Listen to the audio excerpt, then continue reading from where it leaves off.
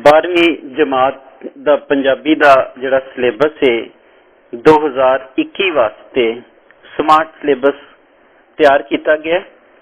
Corona की वजह तो बहुत सारे सबक ते बहुत सारे हिस्सा शायरी विचों नज़मां कढ़ दित्तियां गईयां ने। सैकेंड ईयर 12वीं जमात का जिहड़ा सिलेबस है वो की है वो नोट कर लो। हिस्सा नसर विचों जिहड़े सबक है ने वो है तसव्वुफ ते पंजाबी जुबान, डॉक्टर सरफराज हुसैन काजी होरां ने लिखिया। दूसरा सबक पतंगे सजाद हैदर होरां दा ड्रामा है। तीसरा पिछली पढ़ाई फरखंदा लोधी दी कहानी। चौथा सबक कसमैला चानन हुसैन शाद दी कहानी। पंजवां सबक पंजाब दियां लोक रस्मां डॉक्टर सैयद अख्तर हुसैन अख्तर होरां दा मजमून है।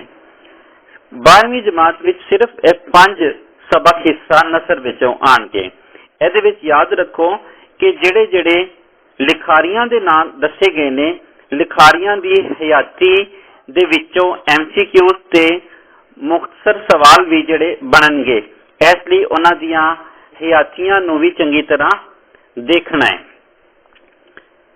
दूसरा हिस्सा नज़म विचों किहड़ियां नज़मां ने।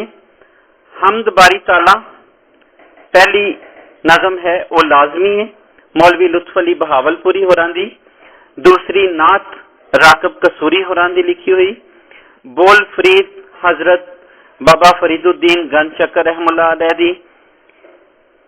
काफियां शाह हुसैन होरां दी। अबियात सुल्तान बाहू। काफी सैयद बुल्ले शाह होरां दी। मकूला शायर वारिस शाह होरां दी। कलाम मियां मोहम्मद बख्श। काफी ख्वाजा गुलाम फरीद होरां दी। कला रुख बशीर मुंजर होरां दी नज़म। गजल रऊफ शेख होरां दी। फिर गजल डॉक्टर रशीद अनवर होरां दी। फिर गजल अली मोहम्मद मलूक होरां दी ते फिर अखीर ते भी गजल इकराम मजीद होरां दी। यह जिहड़ा सिलेबस है इनू अच्छी तरह देख लो, इहदे विचों ही पेपर आएगा। फिर शायर की हयाती ते शायरी उत्ते जिहड़े नोट ने वो किहड़े शायर याद करने ने वो वेख लो। मौलवी लुत्फ अली बहावलपुरी, राकब कसूरी, फिरोजदीन शरफ, रऊफ शेख, डॉक्टर रशीद अनवर ते शरीफ गुंजाई। इन्हां शायरां दी हयाती ते शायरी उत्ते नोट ही पेपर विच आएगा, जिहड़ा 10 नंबर का सवाल है।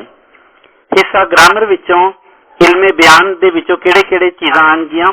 तशबीह, इस्तारा, किनाया, काफिया, रदीफ। इहदे विच ऑप्शन है मुरक्कबात जिहड़े ने मुरक्कबे अतफी, मुरक्कबे अज्जी, ज़रफी, इजाफी ते मुरक्कबे तसीफी। लोक अदब विचों सवाल होणगे। इस तो वक्त लोक गीत दे जिहड़े लोरी, किकली, थाल, गिद्धा, बोली, कोड़ी, माया, टोला, इन्हां दियां तारीफां ते मिसालां चंगी तरह याद करनियां ने। यह सिलेबस है स्मार्ट सिलेबस 12वीं जमात का पंजाबी का स्मार्ट सिलेबस याद रख लो। हिस्सा नसर विच जिहड़े सबक तुहानूं दिते गए ने वो हिस्सा शायरी विचों जिहड़ियां नज़मां दिते गए ने ते उन्हां दी शायरी उन्हां दे हिस्से तशरीह याद करनी है। फिर शायर जिहड़े ने तुहानूं दसे गए ने मुंतखब शायर सिर्फ वही याद करने ने, उस तो वक्त और शायर नहीं याद करने। हयाती ते शायरी ते नोट वास्ते ग्रामर का हिस्सा भी तुहानूं दिता गया। बहुत मुख्तसर जिहड़ा सिलेबस कर दिता गया तां जो बच्चे ज्यादा तो ज्यादा चंगे नंबर ले सकन। और इहदे च गल याद रखो कि जिहड़ा तुसीं 12वीं जमात का सवाल करोगे उहदे तुहानूं 2 की बजाय 4 नंबर ही काउंट हो जाएंगे। किवें? क्योंकि जिन्ने नंबर तुसीं सैकेंड ईयर च लोगे फर्स्ट ईयर दे विच भी जिहड़े नंबर ने वो तुहानूं उस हिसाब नाल दे दिते जाणगे। इसलिए कोशिश करो कि ज्यादा तो ज्यादा चंगे नंबर अपने प्यारे मजमून पंजाबी दे विच लाजमी हासिल करो। रब रखा, रब तुहानूं हमेशा कामयाब करे।